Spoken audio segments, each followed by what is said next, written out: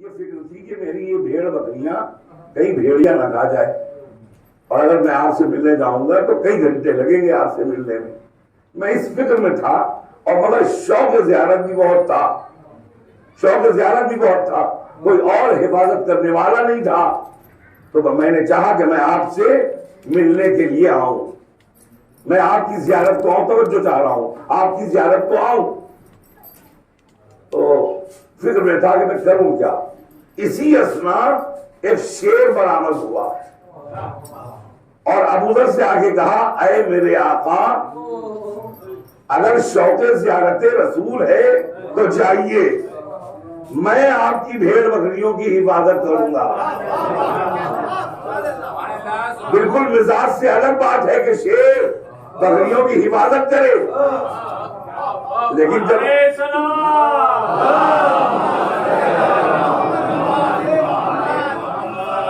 لیکن جب ابو ذر جیسا غلام ہو جو 9ویں درجے پر فائز ہو تو شیر بھی مسخر ہو جاتا ہے۔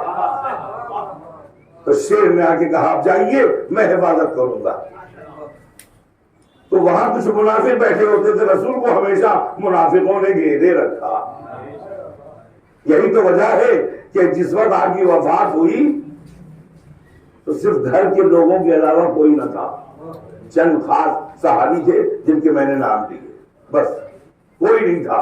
منافقت کی دلیل ہے، واضح دلیل، اور یہ دلیل ہم نہیں، ساری کتابوں میں اہل سنتوں کی موجود ہے کہ رسول کے جنازے میں صرف اور صرف علی کے سمیت 7 آدمی تھے، 7 صرف، جبکہ 1,20,000 کا مجمع تھا آخری حج میں، 1,20,000 کا مجمع، اور صرف 85,000 یا 90,000 مدینے کے مسلمان تھے۔ تو ان 85,000 مسلمانوں میں صرف 6 لوگ اور ایک مولا کائنات، وہ تو گھر کے تھے، ان کو کیا جوڑنا، صرف 6 لوگ۔ ذرا آپ تصور کر سکتے، تو یہ منافقت کی دلیل تھی کہ چاروں طرف نفاق گھیرے رہتا تھا۔ اب کچھ منافق سوچنے لگے، آپس میں کہنے لگے ابو ذر ہم پر فوقیت جھاڑ رہا ہے، اور چلو چل کے دیکھیں کہ یہ سچ بھی کہہ رہا ہے کہ جھوٹ کہہ رہا ہے۔ وہ 10-12 منافق پہنچ گئے وہاں۔ اب جو دیکھا تو اس سے شیر نے کہا میرے آقا کا امتحان لینے آئے ہو، لیکن شیر گویا ہو رہا ہے، میرے آقا کا امتحان لینے آئے ہو، اگر میرا آقا اجازت دے دے تو تم سب کو لقمہ اجر بنا لوں۔ چلو اور بڑے پر محمد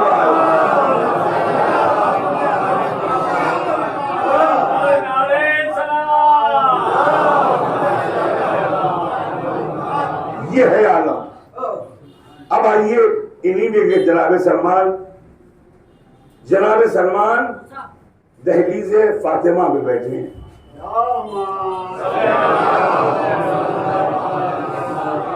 کام تو ہی ہے مسجد جانا یا دہلیز فاطمہ پہ آ کے بیٹھ جانا۔ بوڑھے ہیں بہت، 500 برس کا سن، اپنی بھویں رومال سے باندھتے تھے، اتنی بڑی بھویں ہو گئی تھی کہ آنکھوں پہ آ جاتی تھی تو ان کو باندھنا پڑتا تھا۔ کھولتے کب تھے؟ یا تو وضو کے وقت کھولتے تھے، یا محراب رسول کی خاک صاف کرنے کے لیے، یا دہلیز فاطمہ پر جو خاک ہوتی تھی اس کو صاف کرنے کے لیے۔ ہاتھ سے بھی صاف کرتے تھے، کسی کپڑے سے صاف نہیں کرتے تھے، سجدے کی طرح جھک جاتے تھے اپنی بھووں کے ذریعے۔ یہ ہے ایمان، اپنی بھووں کے ذریعے سے خاک کو صاف کرتے تھے۔ یہ اللہ والے تھے، ان کو آخرت کی فکر تھی، ان کو دنیا کی فکر نہیں تھی۔ تو اب یہ ہے کہ جو دنیا میں نہیں چاہتے آخرت میں چاہتے ہیں۔ ان سے کسی نے ایک دن پوچھ لیا، اے سلمان آپ نے کوئی گھر بنایا؟ آپ کے پاس بھی کوئی گھر ہے؟ اب تو سب گھر بنا رہے ہیں۔ دہلیز فاطمہ پہ بیٹھے تھے، بہت کس کے دہلیز فاطمہ پہ ہاتھ مارا، کیا اس سے بہتر بھی کوئی گھر ہوگا؟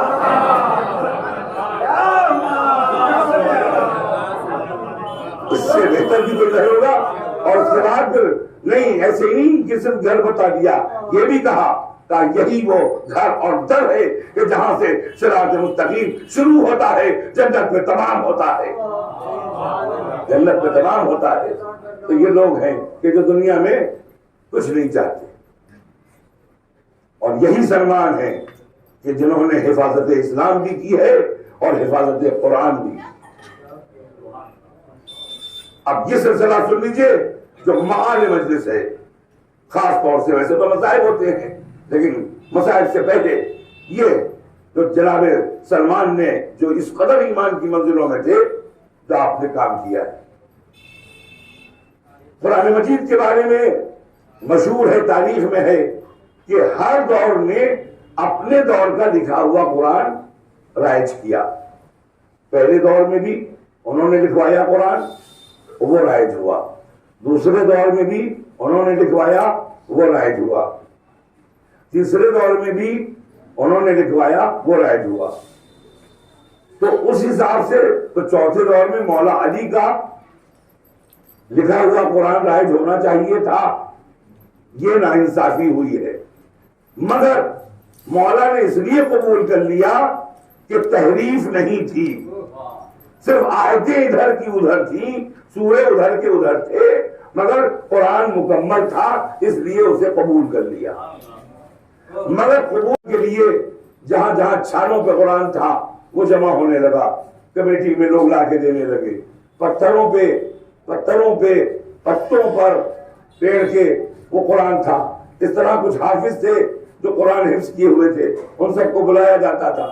اب قرآن سرے سے لکھا جا رہا تھا، سرے سے لکھا جا رہا تھا، یہاں تک کہ جب قرآن کمیٹی کے لوگ اس آیت پر پہنچے، سورہ غافر کی آیت نمبر 44، وَاسْأَلْ مَنْ أَرْسَلْنَا مِنْ قَبْلِكَ مِنْ رُسُلِنَا، جس کا ترجمہ ہے اے رسول سوال کرو ان نبیوں سے جو تم سے پہلے بھیجے گئے کہ ان کو نبوت کیوں ملی۔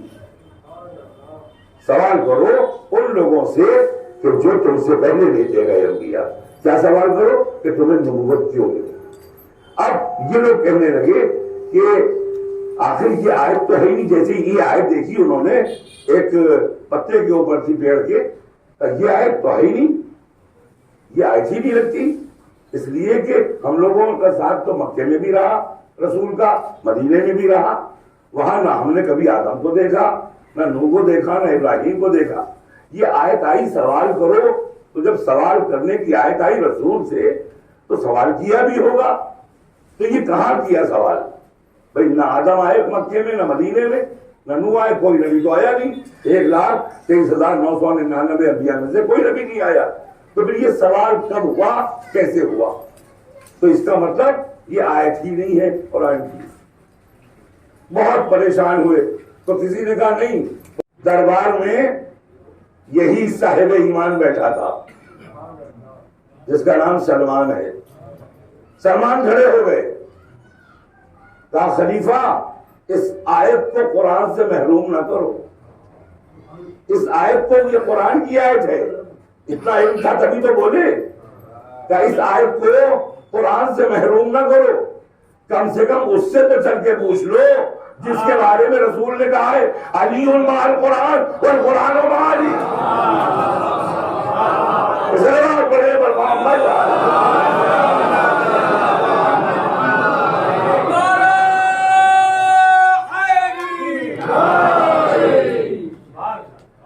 اس سے تو چل کے پوچھ لو،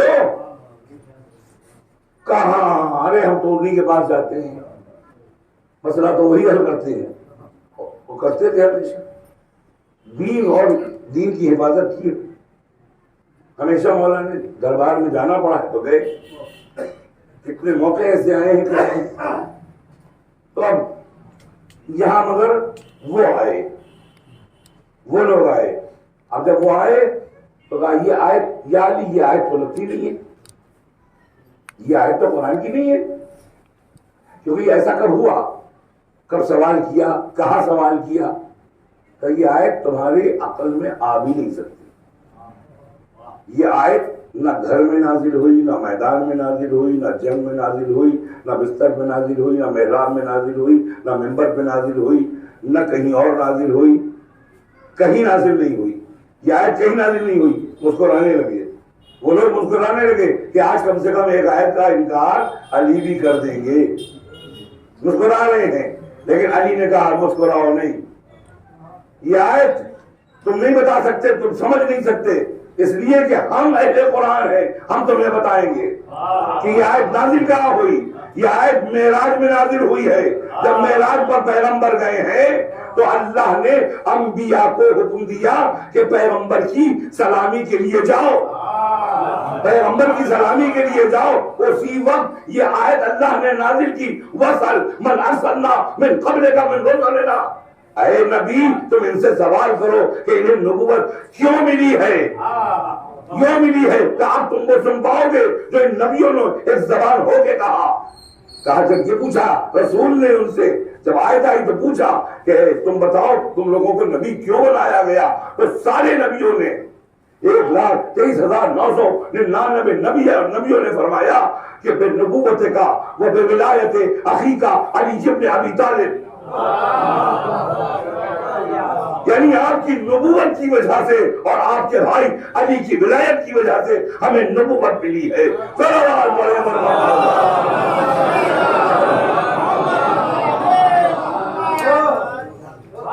یہ ہے. تو دیکھیے جناب سلمان اگر وہاں نہ ہوتے تو یہ آیت قرآن سے محروم ہو جاتی. جناب سلمان علم بھی رکھتے تھے.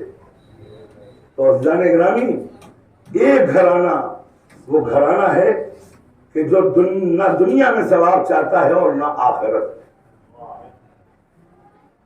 نہ ثواب دنیا میں چاہتا ہے نہ آخرت میں. وہ کون سا گھرانہ ہو سکتا ہے؟ وہ کون سا گھرانہ ہو سکتا ہے؟ سورہ حلاقہ پڑھیے، سورہ دہر پڑھیے. کون سا وہ گھرانہ ہے؟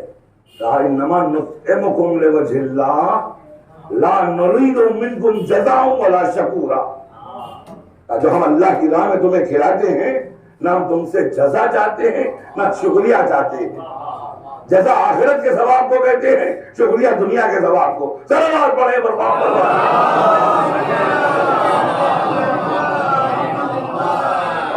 یہ راہ خدا میں دے دیا کرتے تھے، کبھی نہیں مانگتے تھے دنیا سے.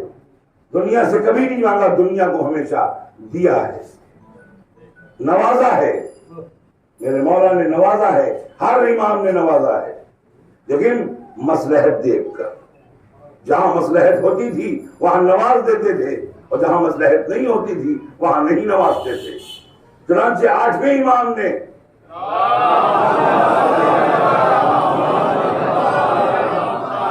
ان کے دور میں جناب دیبل نے مرثیے ان کے جان میں قصیدے کہے تو مولا نے اپنی دوست کے اوپر جو ابا اٹھتے تھے وہ فوراً اٹھے اور ان کو اڑا دی.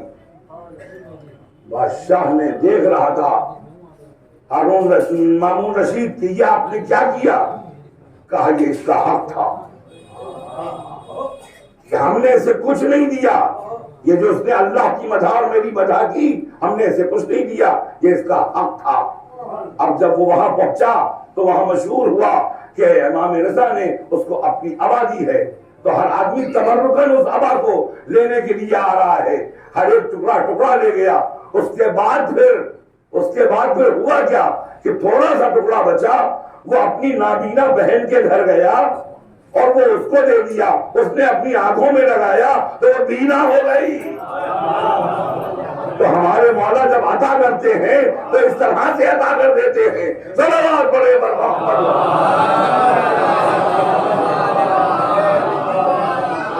اس طرح سے عطا کرتے ہیں. فوجیان گرامی یہ گھرانہ وہ گھرانہ ہے کہ جس نے ہمیشہ راہ خدا میں دیا ہے، راہ خدا میں دیا ہے، کبھی بھی پیچھے نہیں ہٹے. اگر گھر میں 5 روٹیاں ہیں، ہمارے یہاں کیا ہوتا ہے اگر 5 روٹیاں ہیں تو ہم سوچتے ہیں کہ ایک دے دے 4 بچ جائیں. جیب میں 5 روپے ہوتے ہیں تو ایک دے دے 4 بچاتے ہیں. لیکن یہ گھرانہ وہ گھرانہ ہے کہ اگر 5 ہے تو 5 اور اس میں کنیز بھی شامل ہو جاتی ہے.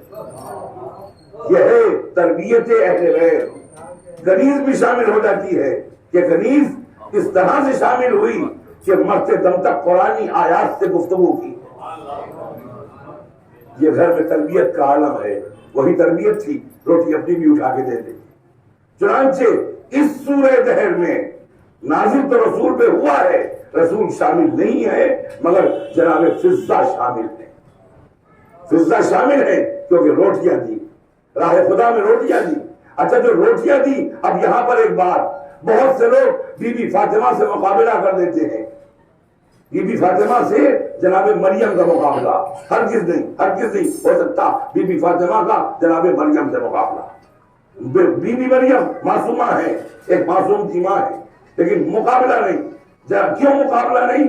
اس لیے کہ مریم کی عصمت صرف ایک قدم چلی اور چرخے چہارم پہ پہنچ گئی، لیکن زہرا کی عصمت 11 قدم بڑھ کے آج بھی پردہ غیب میں زندہ ہے.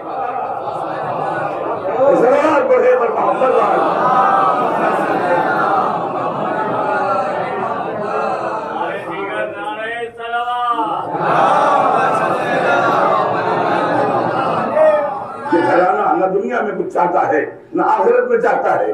اب یہاں پر جو میں بات عرض کرنا چاہ رہا ہوں کہ کوئی مقابلہ نہیں ہے، کوئی مقابلہ نہیں ہے. اب یہ جو روٹیاں پکی، اچھا وہ دور کون سا تھا جب یہ کنیز بن کے آ رہی تھی؟ اللہ کا حکم آ گیا تھا کہ کنیزی اور غلامی کو ختم کرو. اسی دور میں فضہ کنیز بن کے آ رہی ہے. تو جب کنیز آ گئی تو اب طریقہ کیا اختیار کیا؟ رسول نے ہاتھ رکھا، میری بیٹی. علی نے کہا میری بہن، فاطمہ نے کہا میری بہن. پھر گھر کا دستور ایسا بنایا کہ کنیزی میں شمار نہیں کیا، کہ گھر کے سارے کام ایک دن تم کرو گی ایک دن میں کروں گی. ہے ایسا کوئی قانون بنانے والا؟ نہ پہلے کبھی ایسا ہوا نہ آج تک ایسا ہوا کہ کوئی گھر والی کام والی گھر والی یہ کہے کہ تم ایک دن کرو گی سارے کام ایک دن میں کروں گی. اب اس اعتبار سے اگر آپ غور کریں، اچھا یہ سب تو آپ کو پتا ہے، روٹیاں کہاں گئی، جنت گئی، جبریل امین یتیم و مسکین و اسیر بن کے آئے، اس پہ کوئی گفتگو نہیں کرنا ہے، لیکن جنت گئی. تو اب یہ جو 3 دن روٹیاں دی گئی، تو اگر ہم یہ مانیں کہ ایک دن فضہ نے کام کیا، دوسرے دن پھر بھی فاطمہ نے، تیسرے دن پھر بھی فضہ نے. پھر اگر یوں مان لیں کہ ایک دن بی بی فاطمہ نے کام انجام دیا، پھر دوسرے دن فضہ نے، پھر تیسرے دن، تو اب کم سے کم ایک دن تو آپ مانیں گے کہ جناب فضہ نے اس کاموں میں روٹی بھی شامل ہے، روٹی کا پکنا بھی شامل ہے. تو اب جناب مریم وہ ہیں جن کے لیے خانے جنت آتے تھے. سنیے گا، خانے جنت آتے تھے. بی بی فضہ کے لیے بھی خانے جنت آیا، رسول کی دعوت کر دی. جب رسول کی دعوت کر دی، رسول آ گئے. مولا علی نے پوچھا یا رسول اللہ ویسے تو آپ کا گھر ہے، لیکن آپ اس وقت، کیونکہ گھر میں کچھ تھا نہیں کھانے کو، کہا کہ یہ تو کھانے کا وقت ہے اور آپ اس وقت تشریف لائے. کہا مجھے فضہ نے بلایا ہے. فضہ کی طرف گئے، کہا فضہ تمہیں تو پتا ہے.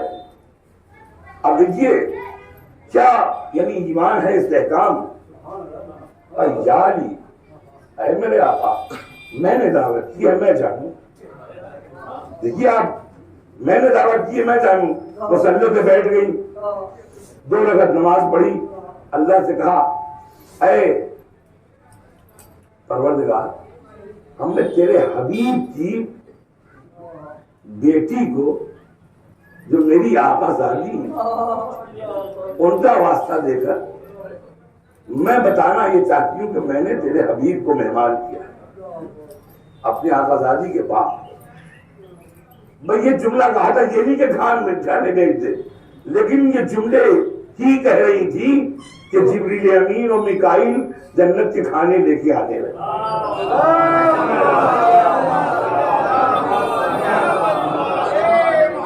تو اس منزل میں دیکھیے، نہ ان کو دنیا چاہیے نہ آخرت، اس منزل میں تو بی بی مریم اور جناب فضہ برابر ہیں، فاطمہ سے کوئی مقابلہ نہیں ہے. اب آئیے ایک منزل میں فیصد فضا بڑھ جاتی ہے. کیسے؟ یہ جو میں نے بتایا فارمولا جو شہزادی زہرا کا بنایا ہوا تھا، ایک دن انہوں نے تو اب کم سے کم ایک دن تو فضا نے کام کیا. ایک دن فضا نے روٹی بنائی، روٹی گئی کہاں؟ جبریل کے ذریعے جنت میں اللہ نے منگائی. تو اس کا مطلب اللہ نے جناب فضا کی ہاتھوں کی پکی روٹیوں کو جنت میں منگایا ہے. صلوات پڑھے پر محمد.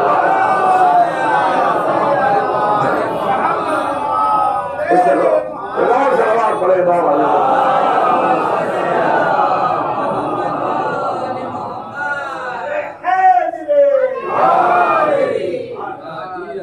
بہرحال انسانی عطاؤں کے ساتھ ساتھ جب اس طرح سے عطا کرتے تھے تو کیا دین کو ایسے ہی چھوڑ کے چلے جاتے؟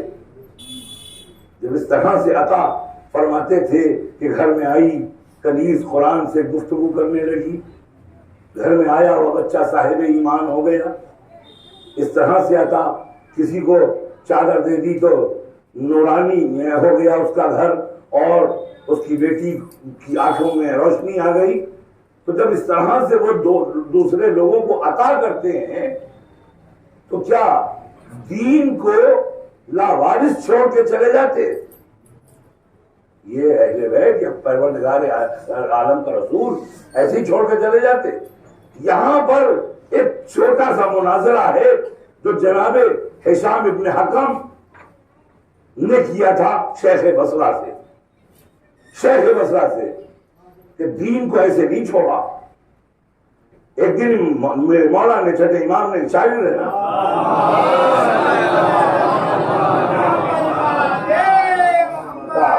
کہا اے ہشام ابن حکم وہ مناظرہ جو تم نے شیخ بصرہ سے کیا تھا وہ یہاں بیان کرو. زبان میں لقطت ہونے لگی. کہا مولا آپ کے سامنے میں کیسے بیان کروں؟ نہیں. کہا میرا حکم ہے اس کو انجام دو. اب بیان کرنے لگے. آپ کیسے تم نے شروع کیا؟ کہا میں گیا دیکھا وہ منبر پہ مسجد بصرہ کے ممبر پہ بیٹھے شیخ بصرہ بڑے قابل ہے. میں نے جا کے اندر پہنچ کے آگے بڑھ کے میں کھڑا ہوا. میں نے کہا میرے چند سوال ہیں اور آپ جواب دیجئے، غصہ نہ ہوئیے گا کیونکہ مشہور تھا کہ وہ جب کوئی سخت سوال ہوتا تھا تو غصہ ہو جاتے. کہا کہ میرا ایک سوال ہے تو اس پہ غصہ نہ ہوئیے گا بلکہ چند سوال ہیں. کہا کرو سوال. کہا یہ بتائیے آپ کی آنکھیں ہیں؟ تو وہ فوراً غصہ ہونے لگے کہ کہا دیکھیے میں نے کہا تھا غصہ نہ ہوئیے گا. کہا آنکھیں ہیں، یہ آپ دیکھ نہیں رہے کہ میری آنکھیں ہیں؟ کہا آپ کے کان ہیں؟ تو کہا کہ دیکھ نہیں رہے، آپ غصہ ہلکا سا ہو رہا ہے مگر صبر کیے ہوئے ہیں. کہا کان بھی ہے. کہا آپ کی زبان ہے؟ کہا ہے. تو کہا کہ آپ اس سے کیا کام لیتے ہیں؟ کہا ہم کانوں سے سنتے ہیں، آنکھوں سے دیکھتے ہیں، زبان سے ہم ذائقہ چکھتے ہیں. کہا آپ کے قلب ہے؟ کہا قلب کیوں نہیں ہے؟ اب وہ اپنی قابلیت جھاڑنے لگے. کہا کہ اگر یہ قلب نہ ہو، دیکھیے آنکھیں سنتی تو ہیں، آنکھیں دیکھتی تو ہیں، لیکن پہچان نہیں سکتی جب تک عقل نہ ہو. عقل پہچانواتی ہے. اب کان سنتے تو ہیں لیکن کیا ہے، کس کی آواز ہے، یہ عقل بتاتی ہے. زبان چکھتی تو ہے مگر کس چیز کا ذائقہ ہے، یہ عقل بتاتی ہے. تو کہا کہ اس کا مطلب عقل کے بغیر کام نہیں چلتا. کہا ہاں جس میں عقل بادشاہ ہے، یہ جو قلب ہے وہ مقام عقل ہے. کہا یہ بادشاہ ہے تو اس بادشاہ کے بغیر جسم کا کوئی انگ کام نہیں کرتا جب تک اس کی طرف سے اشارہ نہ ہو. تو اللہ نے، اب توجہ، اللہ نے اس معمولی سے جسم کو بغیر بادشاہ کے نہیں رکھا، بغیر حاکم کے نہیں رکھا. تو اس پوری کائنات کو بغیر حاکم کے، بغیر امام کے کیسے چھوڑ دیتا؟ ذرا بڑے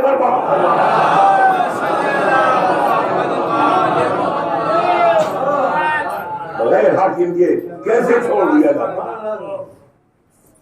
تو عزیزان گرامی، انہوں نے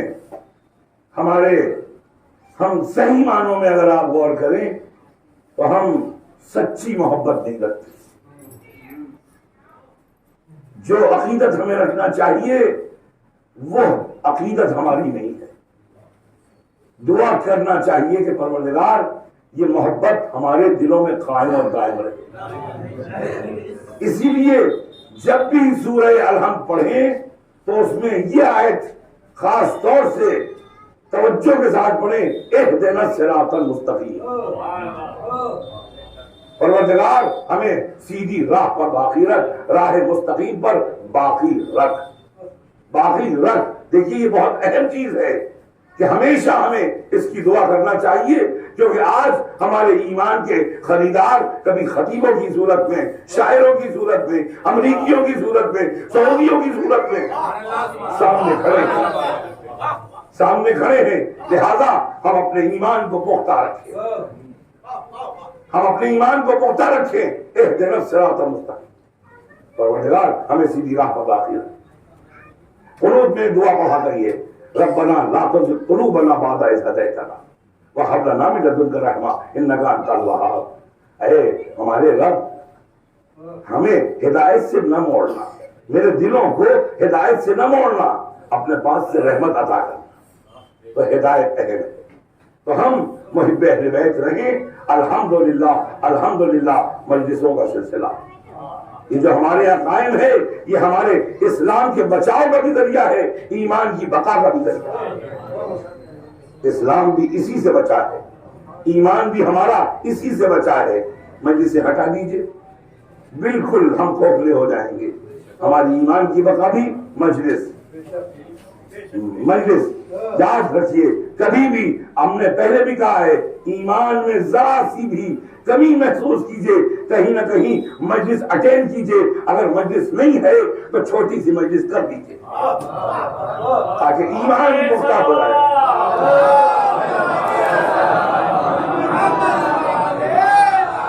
ایمان پختہ ہو جائے. تو اہدنا الصراط المستقیم، ہمیں سیدھی راہ پر باقی رکھ. ترجمے اور بھی ہم نے دیکھے، مگر ہم لوگ اعتراض نہیں کرتے. اپنا اپنی بات ہے، اپنا اپنا ایمان ہے، اپنا اپنا عقیدہ ہے. ہم نے ترجمہ یہ کیا اہدنا الصراط المستقیم، یعنی پروردگار ہمیں سیدھی راہ پر باقی رکھ. دوسرے ترجمے ہوئے اس میں ہم نے یہ دیکھا سیدھی راہ دکھا دے. تو ہمیں کیا اعتراض؟ ہم نے کہا سیدھی راہ پر باقی رکھ، انہوں نے کہا سیدھی راہ دکھا دے. تو ہمیں کوئی اعتراض نہیں ہے، کوئی اعتراض نہیں ہے. اس کا مطلب یہ ہے کہ وہ اس ترجمے سے یہ بتانا چاہتے ہیں کہ وہ صراط مستقیم پر نہیں ہے، سیدھی راہ پر نہیں ہے. وہ کہتے ہیں سیدھی راہ دکھا دے. ہم سیدھی راہ پر ہیں، ہم اس کی بقا کی دعا کر رہے ہیں. اسلام پر محمد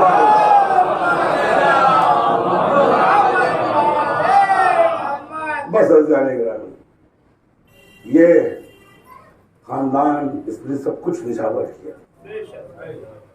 اور آخر میں امام حسین، آپ دیکھیے کہ امام حسین اور امام حسین کے ساتھ گھر کے بچے آواز استغاثہ بلند کی. 6 مہینے کے علی اصغر نے اپنے کو جھولے سے گرا دیا. ہے تصور آپ کو؟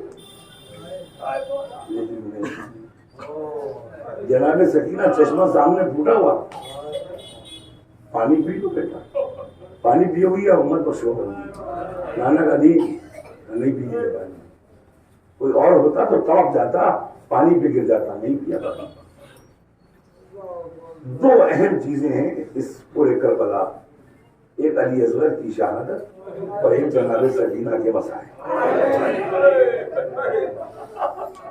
اور جناب سکینہ کے اتنے مسائل ہیں کہ سمجھ میں نہیں آتا ہے کہ کون سے پڑھے جائیں.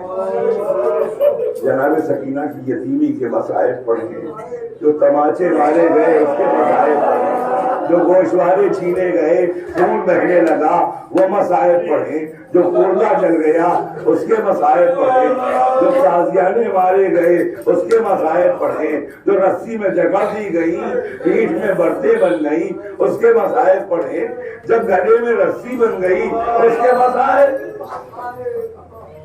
آئے جناب سکینہ انقلاب کا باعث بھی بنی. یہ جو رہائی ہوئی ہے جناب سکینہ جو شہید ہو گئی قید خانے میں، یہی وجہ ہے۔ جانتے ہیں پہلا جو جس طرح سے یہ کاروان گیا ہے، جب گیا تو ایک رسم میں 12 گلے بندھے، 72 گھنٹے اس کاروان کو روکا گیا، کوئی بیوی بیٹھ نہیں سکتی تھی، 3 دن تک کوئی بیوی بیٹھ نہیں سکتی تھی۔ سکینہ ایک مرتبہ جا کے ایک سائے میں بیٹھی، تازیانہ لے کے شبرایا، تازیانہ مارا، کئی سائے میں کیوں بیٹھ گئی؟ کوئی بیوی نہیں بیٹھ سکتی تھی۔ مسائل میں کوئی کمی نہیں، آج روز میں چہلوم،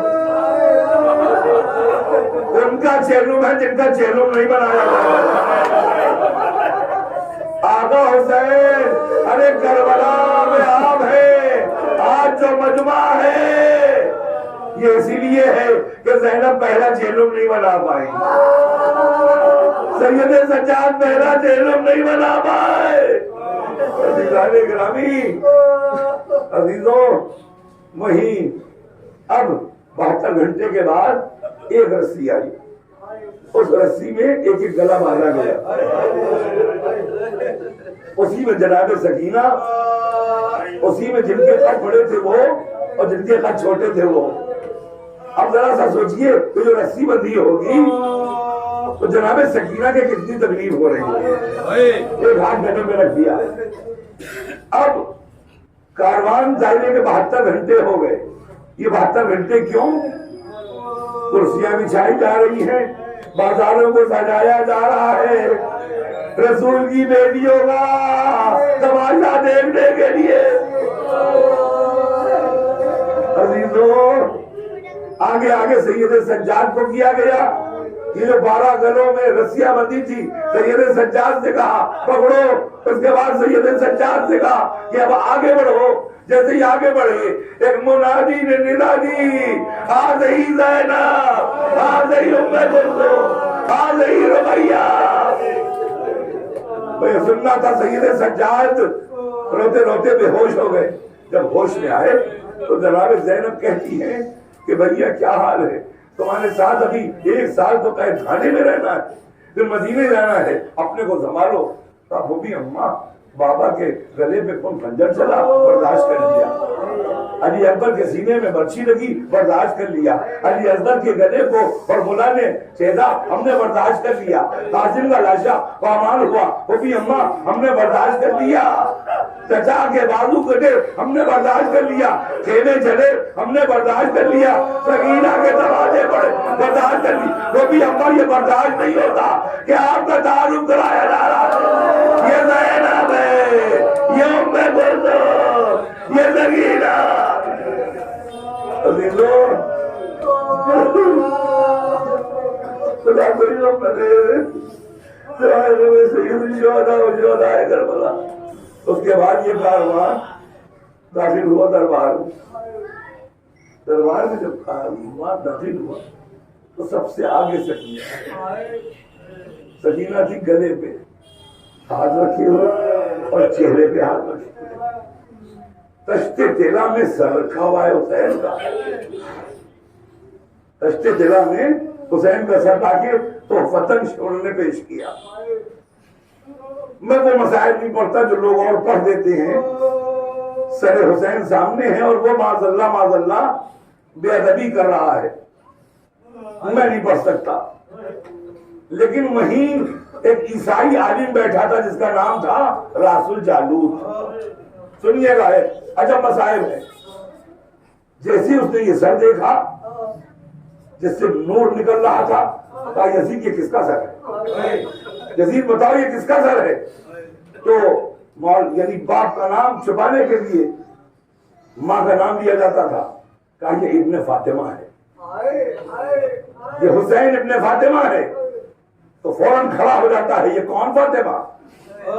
کون فاطمہ؟ وہ سمجھتا تھا کہ شاید فاطمہ کو یہ نہیں جانتا ہوگا، کہا کون فاطمہ؟ کیا مسلمانوں کے نبی کی بیٹی فاطمہ؟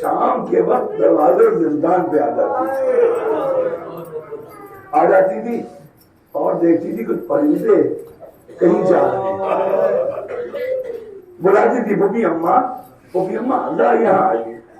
پھوپھی اماں کا دامن پکڑتی تھی, کہتی پھوپھی اماں یہ پرندے کہاں جا رہے ہیں؟ یہ شام ہوتی ہے تو یہ اپنے اپنے گھروں ہو جاتی ہے اپنے اپنے وطن. پھوپھی اماں ہمیں وطن جانا